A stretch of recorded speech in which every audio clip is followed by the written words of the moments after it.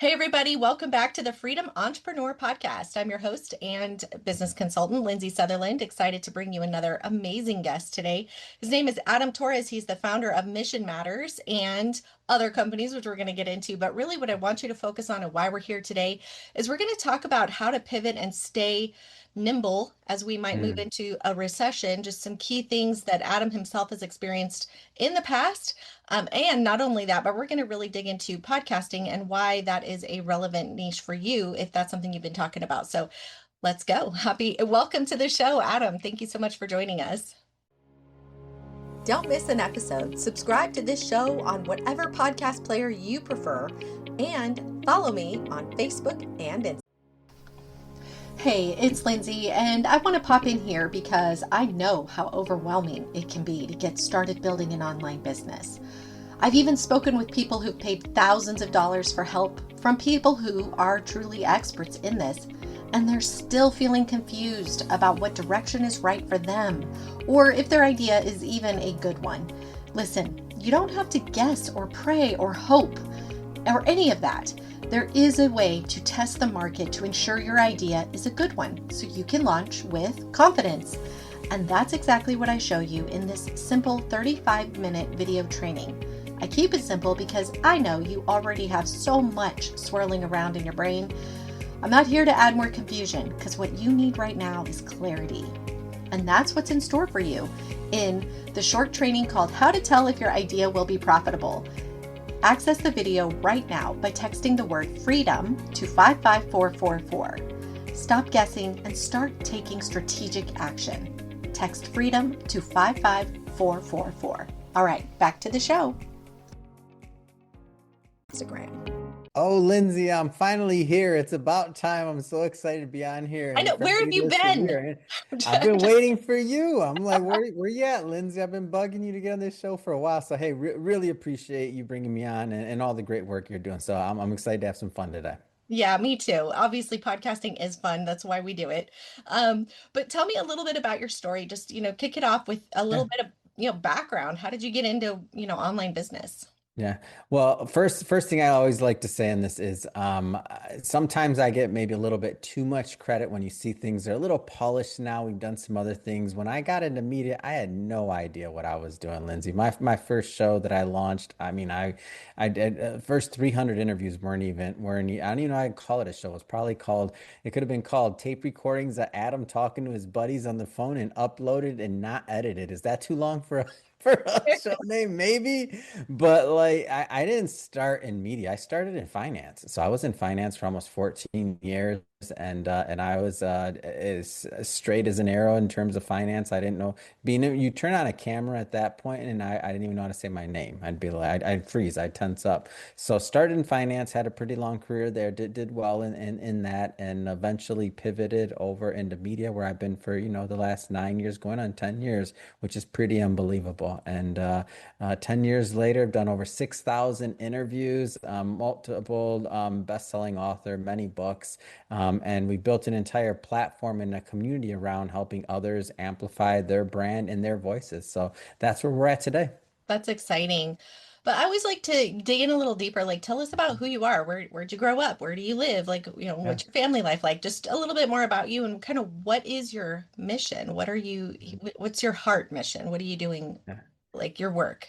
Yeah. So Deeper, the deeper I, message. I'm in. I grew up in Michigan, so I grew up in Detroit, and I think that if there was a theme that kind of falls or that kind of follows through my work, and no matter what I've done, whether it's finance, whether it's now or otherwise, growing up in Detroit when I was growing up, it wasn't, it wasn't a nice place necessarily like the way it is now, and there wasn't that many opportunities. So I was always of the mindset of the underdog mindset, like wanting to definitely make sure that I could, help myself, but of course help others as well. So that was, if there was a central theme that went through my work, I would say that's it. And that's why, even if you look at the way we invest now, so for our platform, we could very much if we wanted to create an influencer platform, then we could just put a bunch of the money that we make on our agency side, we could put it into ads and promote, and everybody in the world, if they knew who my name was, my show would be bigger. We're top 2% right now, but we'd be top 1% if we did that. But that's not our goal. We reinvest and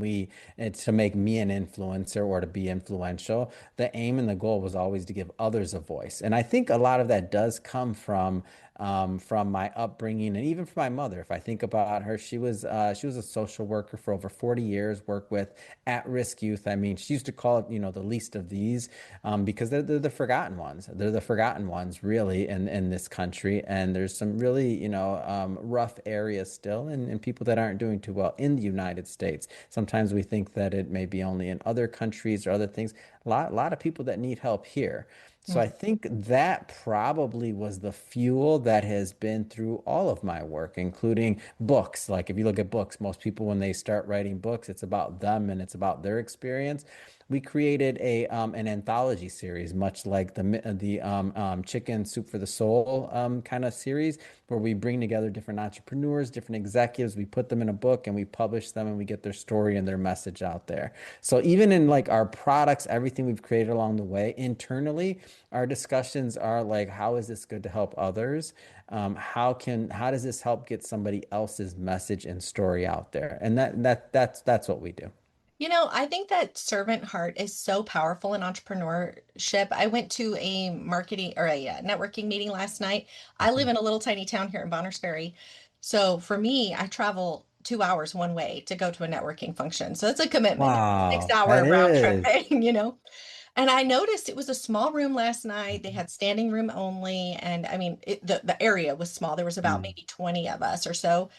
The people who spoke about their mission, I mean, mm, obviously everybody talked about their business, but the people who also talked about like, hey, I help veterans, that's really who my heart is interested mhm. in, or I'm here to help support, blah, blah, blah. Every single one of those individuals, their voice was amplified in a way, and I don't mean Yeah. audibly amplified, but I just mean like people clapped actually for them. Like it was Mm, a whole different energy than mm, just people who were like, yeah, this is what I do. Who's here? This come by for me. So there yeah. is definitely some power in what you're saying, and I think that's an interesting perspective. Now I'm actually curious because we were Mhm. talking about recession proofing. Do Yeah. you find that having like an alternative mission, something bigger than, so to speak, just yourself, has been a guiding light for you through any recession type of situation? I think that I would say the guiding light, if we had a North Star, the North Star is we want to make sure that we stay true to that, and that's helping others tell their stories and get their words out. So that's our core business. If when you think about we're big in the podcast space, we're big in publishing. We published over 400 books. PR, we do things like that as well in the back end. So we have a big team. They do good work. But if we think about like recession proof, I'll take you back to like COVID and just a bit of how I don't know if we're recession proof, but I will say that what we do a really good job of, and if there was a lesson for the audience, it's to listen to your current base of clients, and your client doesn't have to be somebody that's paying you money right now. It could be your network that wants to pay you money. So I'll give you one quick example. During COVID, prior to COVID, I used to do a lot of traveling and not, now my travel schedule is getting packed again, but whether it was speaking engagements, whether it was I do in-person podcasting, I do a lot of events and stuff. So I'm known for doing that. I travel quite a bit on that piece. And that was a good profit center for us. Speaking fees can be good, especially when you're packed. And that's how, you're paying salaries with that. So when COVID happened, guess what? That was closed down. So now we had to think about what's next, but we didn't like get in a conference room and we didn't say like, "Hey, what product can we make up to sell?" Our clients, like they were the people that were coming on the show were saying they literally said, "Hey, can you help us? We're stuck at home. Can you help us launch a show? Or can you help us with podcasting?" And at first I was like, "No." And then I'm like, "Well, wait a minute. We got staff, we got bench time because I'm not traveling. So my production's not up where it was before. At the height of my production, I was doing 70 interviews a week. Right now, and when COVID happened, I was doing maybe 40, just for some context. So we had bench time. So we got into that business and we said, well, our first client we brought on, and here goes the lesson for you. We were upfront with the first client. We said, hey, we've never done this for anyone else. We do it for ourselves, obviously, which is why you're asking with us. Will you, work with us? There might be a little bit of, challenges in the beginning, but we'll take you on as a client. We'll figure it out. They said yes. And you fast forward years later, we've launched over 250 shows, and it's a great business for us. And we're really good at it. And we've been able to grow based off of that. So now, if you think about a podcast agency, I'm not saying we're iHeartRadio. iHeartRadio has over 4,000 employees. By the way, I'm pitching iHeartRadio and doing a show for them. I was just in there and on one of their shows the other day. So I'm agnostic there. But for a level of our company, we're one of the best in the world. We've done over 250 shows. We produce over 10,000 episodes for my show, over 6,000, and the rest for clients. So that all came when you talk about recession proof, Lindsay, that came from listening to the market. So I feel that the way you can recession proof yourself is to listen to your current client base and see if you can authentically, without, having a misstep or saying you're like, we didn't start saying, hey, we're selling you phone lines all of a sudden. What? Like, we didn't do that. We stood in the same business. We used our current resources to fill and provide value for a need that people had that we didn't even know they were going to have. Now, was that somehow tied to the financial side? Like, how did that relationship happen? You were doing financial stuff. I'm not even clear on exactly what you were doing financially. I mean, were you just advising on So finances? well, no, that was at this point in time. This is so that was that's over 9 years ago. So when I was a financial advisor, what's interesting actually is they tie in when you think about big milestones or pivots, if you will. That was the one that you're describing. So if we go back in time when I was an advisor, almost 14 years, managed a little under $200 million. So I wasn't like a billion-dollar guy, but I worked hard and I built a good sized practice for myself.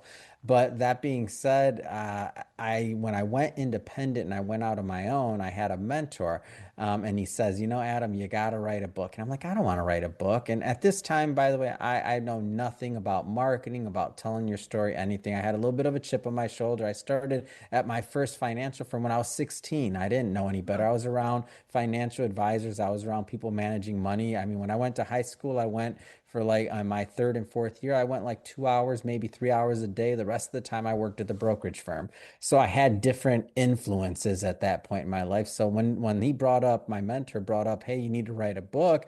I'm like, broke people write books. Why do I care about a $5 product? Like, how much money am I gonna make? I didn't understand.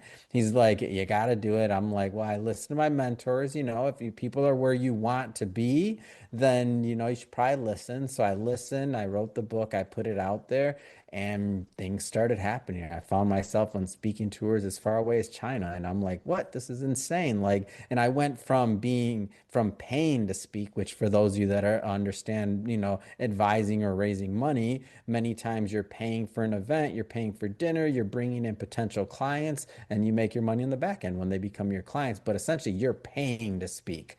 I Mhm. wrote a book, and all of a sudden, I flipped to the other side. Lindsay, nobody ever told me. I didn't know you have a book, you have a brand, you have a message that you could actually get paid to speak. So then I found myself being paid to speak, and then one thing led to another. Then I eventually, the same way our podcast agency grew, that book that I described earlier, the anthology series, that's like the chicken soup for your soul, same thing happened. I was bringing on people onto a show. We started a little podcast, which again, I don't know if I could even call it that. It was just recordings of Adam that were uploaded, we could call it, that were not edited, and probably were terrible. So we'll call it that. But people they said, hey, you have a book. Can you help us publish a book? And I'm like, that's insane. I'm a financial advisor. I want to manage your money. Yeah, I can help you do that. But then I thought about it and I'm like, these people are wealthy and they are people that I want to be my clients. I'm like, heck, I figured it out for myself. I guess I could figure it out for some other people. Then we launched that anthology series. It started growing. As that part of the business got bigger, I was blessed with a lot of things. I'm very grateful to God, but I wasn't blessed with the ability to do more than one thing very well. So, for those of you that are out there, you little Elons or mini Elons, good for you. That's not me. I can do one thing. Good on you. Okay. God didn't give me that one. I see, I think that's a blessing though, to be honest, Adam, because that's one thing I see a lot of entrepreneurs struggle with is the multi-passionate, wanting mm, to do so many different things and feeling like you want to do them all at the same time. And then the hardest part is telling yourself, no, I have an mm, episode coming out on this coming Friday that's I coined a term called the entrepreneur enthusiasm disease or mm. something like that, where it's like we just I get too love excited that. and we're just like, yeah, let's go. But then Mm, somebody's got to be there to say, hold up, just focus on one thing and get great at that one thing. So, mm. like from me to you, I'm saying that is a blessing. That is a blessing that that Yeah. happened. And I love how that transitioned for you. Like you said earlier, you just listened to the market, people asking you for help. You had just kind of made your little way forward. And then they're like, hey, how do you do that? Can you help me do that? That was a great visual, is what I'm trying to Mm, say, of mm. exactly what you were trying to say. Just listen to people. What are they struggling with? Now that you're in And media, that's happened twice, by the way. So the two big moments, the okay. book product, that, our PR side of things, our personal brand accelerator, even the book. I have a book coming out, 1 billion podcasts. All of these products come from just listening to your audience. And your Mm, audience doesn't have to be big. You could have an audience of 5 people. How can you help those 5 people? yeah. So Mhm, let me ask you this then for people, and I'm sure you have maybe some clients that have asked this mhm. question. For people who are not getting asked, people aren't just reaching out and saying, hey, how'd you do that? How could they take that initiative to talk to people? What might be a good leg for them to explore to get those kinds of answers? I don't think that I think they are being asked. What I find is most people don't actually take the time to listen. That's the fear. Ah, interesting. I They're like they're that. they're being asked. There's people around you every single day. There's somebody that has a problem that they're telling you about. People talk about their problems all day long. Like they don't have to ask you directly and say, "Hey, can you help me start a podcast show like that?" But there's some problem or there's something. Like the first person that asked me or inquired about us publishing a book for them. I still remember the conversation. I sat down, I handed him my book, and he's like, "Man, I always wanted to publish a book." He didn't say, "Adam, can you help me Mm, publish a book?" It's like, but if you're sitting there and for the hosts out there, maybe a good podcast host understands this. It's about what you hear and what you're listening for.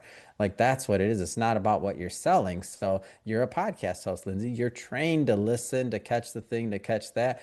I go through my entire day like that, and that's the way I live. So if you start listening more, the clues are all around you, like miracles around you. Like I'm always looking through my day, like on a spiritual level, like the miracle that I'm standing inside of a building right now and it doesn't fall in my head. It's a freaking miracle. I don't know how it all works, but it's not falling in my head. We're talking love to it. each other across the country. It's a miracle. Like, Yeah. so I think it's the lenses at which you look at the world. If you start thinking about how you can help others and how you can provide value, and helping others doesn't mean it has to be through a nonprofit or be a social worker like my mom. It's just solving problems. Like, how do you want to help make other people's lives better? So I Well, would I push like what back you're and say saying. there's something there. Like people are asking them, Yeah. they just don't know for sure. If they're talking to anybody, if they're not talking to anybody and they're in a, whatever, then I don't know what to say about that one. True to that.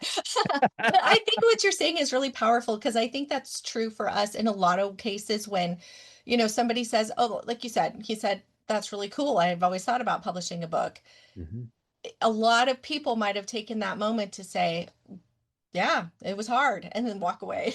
That's Like, exactly what they would do. They would reflect back on their own experience. yeah. You hit the nail on the head, Lindsay. They'd be like, "Oh my gosh, let me tell you. So this is like, it was so hard to write. I did this, I did that.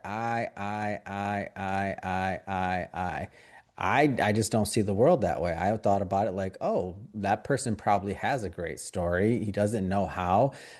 He's never gonna, if I don't help him, who's going to? I love it. How did you, when you were in that moment, you said you remembered it vividly. What Mhm. what did you say? Like when everybody else would have said I, what did you say?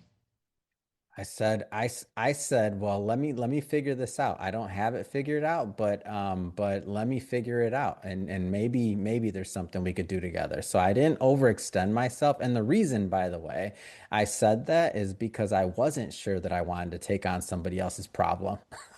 No, and the really So truly the reason I ask is because I think that's yeah, what yeah, trips so many people up is we just don't know what to say in the yeah, moment. yeah. And that's why I wanted you to share that because Not don't know the answers. That's the thing that gets me in trouble all the time. I don't want to know the answers. Like my favorite thing is to say I don't know. because Everybody else gets curiosity is the mad. power that brings things to fruition, you know? I mean, I don't know. People like to know things, Lindsay. I don't. I'm like, I don't know. And I hope when I say that you go away. That's the difference. yeah. I like to not know. I want other people in the room that do know. No, and that, you know what? You've done a great job of amplifying other people's voices and bringing those people together. Just like Henry Ford, he didn't know how to have to know how to build the car because he Mhm. knew how to find the right people, and that's your gift. So how cool Yeah. is that? No, it's a good testament because I think that's Let something me. that a lot of people they're getting into entrepreneurship. And I think right now, more than ever, there's people who have careers that they've either lost or they're wondering how is AI going to Yeah. affect my job? Should I be figuring something else out? They could be at a pivotal moment Mm. and they're Can I give wondering, you can I give you one step forward on that sure. story though, just so you see the next one? So then, and I love the question you asked about. So what did I say? So Hmm. I said if I can figure something out, maybe we can partner on that something. And so then what I did, and this is the part where most people would just like this is the difference between creating something and not. So then I went and I did research. So that's the thing. When I got into media full time, and when I knew I was going to be a podcast host, I took it with the same seriousness that I took my exams for my Series 7, 6, 63, my insurance licenses, my all of the, I probably like seven, I calculated it once, like 7,000 pages worth of content I had to go through to get all of those licenses to be an advisor and to do the work I did, minimum 7,000. So Mm.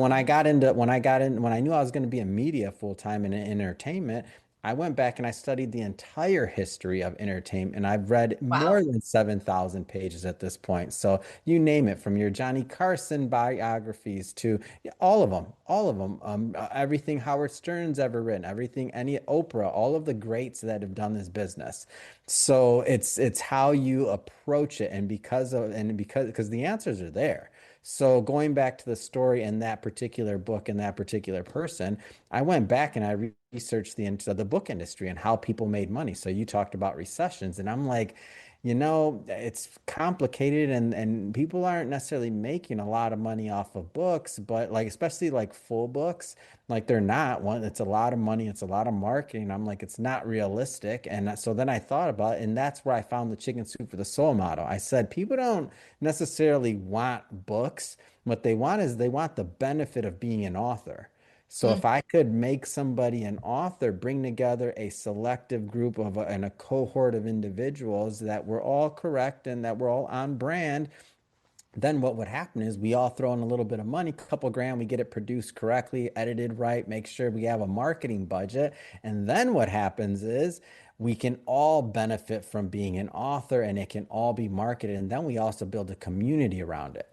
So I didn't know any of that stuff prior to it. All started with that question, but then I thought about next step was, can I create a business model around this? Not can I just go out there and help people publish books because other people have done it. Can I personally create a team and execute a plan that will be profitable and allow me to continue to do it? Mm. Very different. And I couldn't do that originally. I couldn't do that with helping that gentleman publish an one book. I Right. couldn't do it. Now I can, but that's after we use that other model to build the infrastructure, the staff, the profitability, the data, the email list, all those things from a profitable business till we are probably in that we probably only did our best selling, I'm proud to announce, anthology series for maybe let's call it 6 years. And then in the last 3 years, during kind of like the pandemic, we started doing individual books for people. And one of my proudest moments, I don't know if you're a sports fan at all, Lindsay, but If you know, or anybody listening, if they're a sports fan, they know who Barry Sanders is. So the all-star running back for one of the greatest, if not the greatest running backs of all time, and for the Detroit Lions. We published his autobiography. So that was like Very me being cool. from Detroit, him, I grew up watching him, Yeah. greatest running back of all time. So that grew out of solving one person's problem and not being able to publish that type of book in the beginning. Well, there's another piece of this that you embraced without maybe even realizing it, but you thought like a business owner rather than a freelancer or something like that. And I think that's a really important distinction, a mindset distinction. Mhm. So often people are like, well, I could capitalize on this. I could be a business coach. I know lots of book Mhm. coaches, is what I meant to say. There's a Yeah. lot of book coaches or people who help you go through the journey of writing your own book. Hmm. That's a time for money exchange, Yeah. essentially. And not to say there's anything wrong with that. I mean, obviously, if that's what you want to do, great. And you're For still sure. helping Yeah. amplify the world. Yeah. But I really admire this is like my favorite thing about entrepreneurism is seeing people who created an innovative approach that built a business. Literally, the business could run without you. I mean, obviously, you're integral because you're the face and you're out doing all the things. However, it still could go on because you're not the guy coaching everybody on it, right? You've built Mm. this whole process behind it and you didn't think small. That's the best. I mean, that's my biggest takeaway right there. Well, we're talking about recession-proofing things today. I just look at what we're capable of. That's it. Like It's I true. wasn't gonna like I was not capable of doing the full plan at one time, but were we capable of bringing together a couple of people for that first book? Yes. And then see, Yeah. I didn't know, like now we published over 400 authors. I didn't know that was going to happen. It was an experiment. It's like, okay, it was an experiment, but it wasn't an experiment that was going to cost a lot of money. It was an experiment that if executed and we get done, at least a little bit of profit on the first one so that you could stay in business. Yes. Yeah. That was a really wise approach. I admire that. Very cool. So tell me more about what you do now specifically. You said books, you said podcasting. Yep. When somebody comes into your ecosphere, what can they expect? Well, first off, I like to say for our size of company, we give away more free content than any other media outlet on the planet, period. Are you So I'll do sure? I'm just kidding. positive, positive. So just for some context, so I'll do over 1,500 interviews this year. Like any given year, I've done over 6,000 interviews. So the type of content, I think one of the unique things about our platform is that I've had the privilege of being able to travel and cover some of the world's largest conferences and just the most notable conferences in the world, like FII Priority. I was there in Miami. The president was speaking, and Elon Musk and all these other people. And now, so it's like Bloomberg, Yahoo Finance, little baby Mission Matters, and that. We're very small, obviously, compared to them, but we cover the same content. So when you think about the Milk and Global Conference, you think about top conferences in the world, we're there and we're covering for our audience. So that's the first thing is I encourage people to definitely do a deep dive and to pick whatever type of content they like. That's the first thing. The second thing is anything to do with podcasting. I have a book coming out, 1 Billion Podcasts, The Future of All Media. My thesis in that book is very clear. There will be over 1 billion podcasts, and right now is the perfect time, whether you're working with a company like ours or doing it yourself or however you want to do it. Everybody should be launching a podcast right now because the big mistake that people are thinking is they're thinking that age of industry shows demand, and it's not true. Podcasting's over 20 years old, but in reality, as a business and as an opportunity, we're probably in like year one of YouTube. So what do I mean by that? YouTube has over 115 to 150 million channels, depending on where you say, on where you get your data. There's about 4 million podcasts. Podcasts have just started. The reason there's about 4 million podcasts, I talk about this in the book and I give you the data. I show you why. I give you a whole, it's put it this way, it's 9 years to write this book of my experience, and it's all on podcasting, very specifically and why the opportunity is now. But One of the big reasons, I'll just give one, dynamic and any others you want, Lindsay, but dynamic advertising. That's a new thing for podcasting. YouTube in the early days, as back as 2006, 2007, had a partners program which rewarded the creator. So what did the creator get to do? The creator got to make videos, and if people watched them, they got paid. That never existed in podcasting. Dynamic advertising, that's new. That's Mm. very new in podcasting. So what is that? How did podcasting used to work for all those years prior? It was a host read ad. Think radio. So what happens is you read the ad and that's it. Your advertising dollars are done. That's it. It's baked into the ad. You're done. That episode's done. And guess what? Who's going to pay you to read an ad? Only a big show. So if you didn't have a big show, you didn't even have the opportunity to earn money. So now with the adoption and advent of dynamic advertising for podcasts, and especially when you think about, I do a lot of, as I mentioned before, international interviews. Africa, the phones that are coming online. We got India, we have these other ones. The amount of audience, we're talking about hundreds of millions of people that are going to be brought onto this platform right now. I hear people ask me the silliest question ever. Aren't podcasts saturated? And I'm like, what are you talking about? It hasn't even started what's going to happen. The audio version of this video, sure. I'm not against YouTube, by the way. I love YouTube, but the audio version of this, it's common sense. When all these other countries come online, they're going phone first. Audio, we know how sticky audio is, how easy it is to produce these shows. My first show, that was not, it was, I wasn't even edited, and I grew an audience from it. It's so easy. So that being said, that's what the whole book goes through. And so those that start now, they're going to, when there's, 50 million, 100 million podcasts, they're going to be looking back and be like, yeah, I started when there was only 4 million. They're going to look like freaking geniuses. Yeah. Those that don't start now, they're going to watch the numbers go. Oh, there's 10 million. It's saturated now. Oh, there's 50 million. It's saturated now. Oh, there's 100 million. Boy, I sure wish I would have listened to Adam way back when. So It's that's why I so wrote true. this book, 1 Billion Podcasts, The Future of All Media. Well, and the fact is, even though there's over 4 million podcasts out there, only a fraction of them are even still active.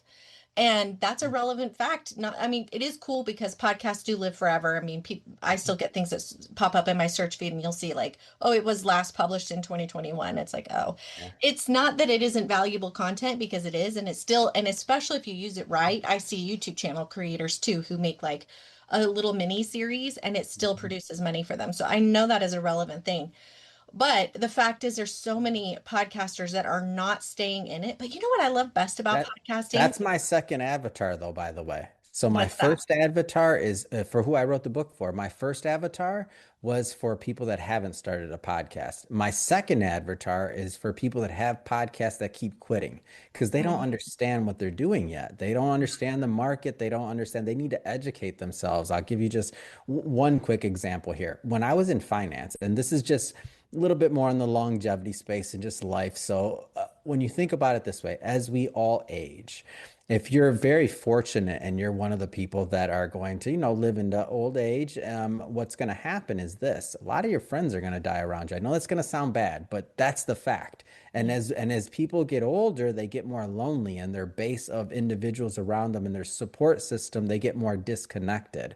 So if you think about it, as a podcaster, let's say you're doing one episode per week. I make in the book an argument for your mental health and why you should continue to do that one episode a week because I told you I study the history of entertainment. Unlike the old greats who were retired out because they got old, right? This is a whole different concept that's never happened in the history of entertainment. I write in the book talking about I'm going to be a centenarian podcaster. I can already picture that I'm wearing my shirt as a centenarian podcaster or centenarian, sorry, 100 years old. So I always say it wrong, like centenarian. You're going to be a Roman like legion? What? No, no, no, not that. I'm going to be 100 years old. And here's the reason why. And this is the common sense of it that people don't think about. Based on our current evolution as a society, at what point are we not going to have one virtual conversation with a person? Hmm. So, and the ease of recording that one conversation. So now I'll give you this one too. In the past, if a network or somebody else owned your station, what would they do? Retire you, bring on the new person. In this case, as you age, you're going to be at the height of your power as you get older, the height of your audience, the height of your connection, the height of your purpose and understanding. So you shouldn't be thinking about the next 5 years. You should be thinking about the next 50 years of your show. And when you start thinking about it that way, it becomes common sense. Why would you want to give up a conversation with, especially as you get older and your show grows and you have more traffic, the Mhm. most interesting people. I've only been in this business 9 years, and I talk to some of the most interesting people in the world, and it's insane. It's unbelievable. I've only been doing this 9 years. It's perspective. The greats, we think about the Johnny Carsons of the world, 30-year career on TV. So I'm I know. only I nine listened to years Tucker in. Carlson and he's like, "Oh yeah, I talked to this leader and that world country leader," and I'm just like, So "Whoa." that I Lindsay, I'm no Tucker Carlson. I have nowhere near as big of a platform. I have, and I'm supposedly it's not all ink, but I should be interviewing three African presidents in 2026. Mm. Insane. It's But true. I'm not, but all I did Yeah. though, I've been doing it 9 years and I keep doing it. Hmm. So I'm telling these stories because that's the second avatar in the book. I want podcasters to get understand what they're actually doing and to stop quitting. It's I ridiculous. They 100%. And quit, they jump onto something else. Why? well, and I'll tell you why, because I'm an act. If you go back, I've left all my episodes out since I started in 2021. And I was real hardcore at it in the beginning, and then I kind of took a hiatus because I lost interest. Part of my issue was I got bored. I found that a lot of my guests were coming on to do just a pitch fest, and that was partly my lack of matureness, I suppose you'd say, because ultimately I just didn't know how to curate the conversation or seek out better guests. I was just taking who was given to me, and it burnt me out. I was like, this isn't Can feeling I can I give you something? I'll give you, and I talk about this in the book. It was all of that are the details, but it's really what you needed was a mindset shift. a hundred percent. If you were thinking about planning your show for the next 20 years, it takes all the pressure off.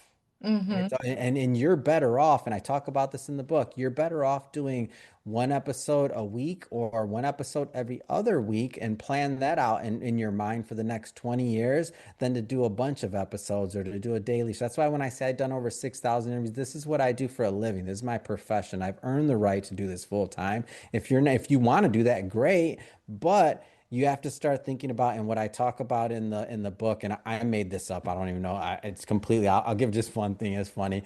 So I call it like the Goldilocks dilemma of podcasting, and it's basically like, for those of you that know the story of Goldilocks and the Three Bears, it's like, the porridge is either too hot at just right or it's too cold. So if you think about how that relates to your business and life, if your business is going too well and it's too hot and everything's growing too fast, guess what? You don't have time to podcast. If you're not making money and your business isn't making money and you're thinking about how you're going to pay your rent, guess what? You don't have time to podcast.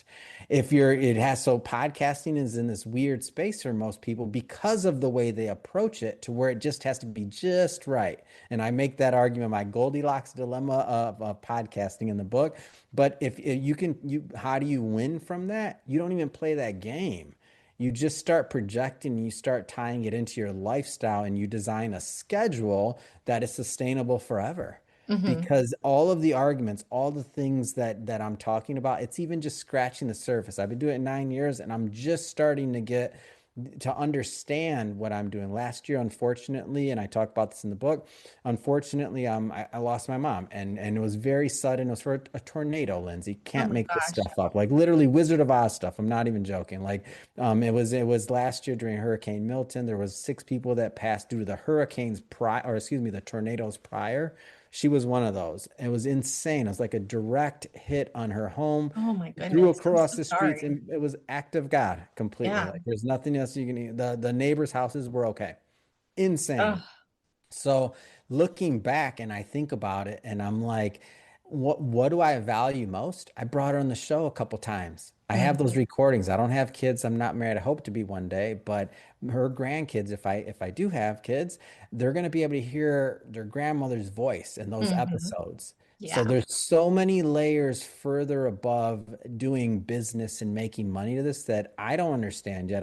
That's a new experience. I wouldn't have known what that meant, but we're part of each other's legacy. We're part of each other's lives. And this platform and this format, the way it's designed, the way it connects people, it's unlike anything else. We can literally lift humanity with something like this. First time in history that we've all had the opportunity to participate in telling our own story. First time ever. It's so true. And both of my parents passed away before ever hitting retirement. And Mm, that's part of one of the reasons I started podcasting.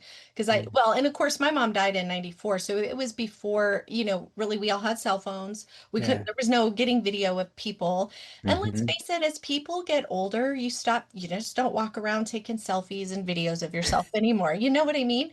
Yeah. So to share For that with our generation, not the next one. I don't know. true, that's true. They're gonna have their holograms, everything else. Like they're gonna We live don't know what the forever. future will hold, but my I point do. They're is, gonna live forever. yeah, At in least a digital digitally. format. Yeah. Digitally, yes. Well, that was kind of my thought is if my kids could come back and after I'm gone, just listen to my voice. It doesn't really matter what I'm talking about, even they're going to Yeah. feel that connection, hear my laugh, all of that. So that was a big motivator. But you know what else I wanted to tell you is I did have like a year where I only produced maybe 4 or 5 episodes and I missed it so much. I missed podcasting. Going back to what you were talking about as far as building the connections and how dynamic it is as far as building relationships with people, it was something that I'm like, man, Yeah. I enjoy it so much. It doesn't matter anymore to me if I make money at it. I love doing it. So Mm, I actually think for me, the break was helpful because it really re-inspired and showed me my true north, which was, mm. yes, I'm a podcaster. I identify as a podcaster. Welcome to the club. Yeah. So it's so good. Well, this has been an amazing conversation. When does your book come out? It's gonna be out in mid-November, actually. We're in Ooh, mid-November, that's so the exciting. 13th. Actually, it's next week. Next week it'll be out How in November fun. for Thanksgiving. It'll be out right before Thanksgiving. Okay. Mhm. Is it available for pre-order? It's not available for pre-order, but what I'm telling people is just go to my Instagram, ask Adam Torres, and you're gonna see a whole lot of stuff coming out. There's gonna be contests, prizes. I mean, there's gonna be all kinds of stuff. Well, It's that gonna be sounds fun. it's my first book that I've personally written. No ghostwriter, so it's just like you're talking to me, and I use ghostwriters all the time. I'm for ghostwriters. We're a publishing company, of course I use ghostwriters. This one's all written by me. I haven't done that in 9 years. I'm very excited about it. Exciting. That is awesome. Well, thank you so much for gracing us with your wisdom today and your heart. I appreciate it. You are an amazing human, and thanks for making a difference in the world. Thank you, Lindsay. Keep it up. I'm excited. Me too.